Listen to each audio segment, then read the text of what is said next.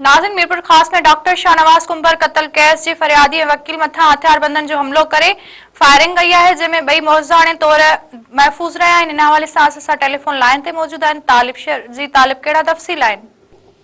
जी बिल्कुल, ॿुधाईंदो हलां त पुलिस तां पूरे मुक़ाबले में मारिजी वियल डॉक्टर शाहनवाज कुंबर कत्ल केस जे फरियादी एडवोकेट इब्राहिम कुंबर ऐं संदसि वकील एजाज़ हाले पटो केस जी ॿुधणी जे सिलसिले में मीरपुर खास अची रहिया त उमरकोट वेझो सूफ़ी फ़कीर थाणे जी हद में मथनि अणॼातल हथियारबंदनि फायरिंग कई, पर नतीजे में हू मुअज़्ज़न तौर महफ़ूज़ रहिया। उन समय केस जे फरियादी Ibrahim comber high court bar में मीडिया से ॻाल्हाईंदे चयो त मथनि केस तां हथ करण लाइ दबाव विधो पियो वञे। अॼु हू केस जे ॿुधणी लाइ अची रहिया त मथनि फायरिंग कई वई।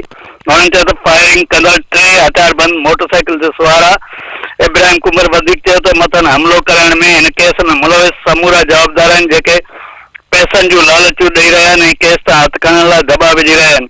मीरपुर खास जे वकील अज़ीज़ निगारी, शौकत रहमो ऐं ॿियनि वाक़े जी मज़म्मत कंदे हमलो कंदड़ जवाबदारनि जी गिरफ़्तारी जो मुतालबो कयो आहे। जी तालिब, महिरबानी जी।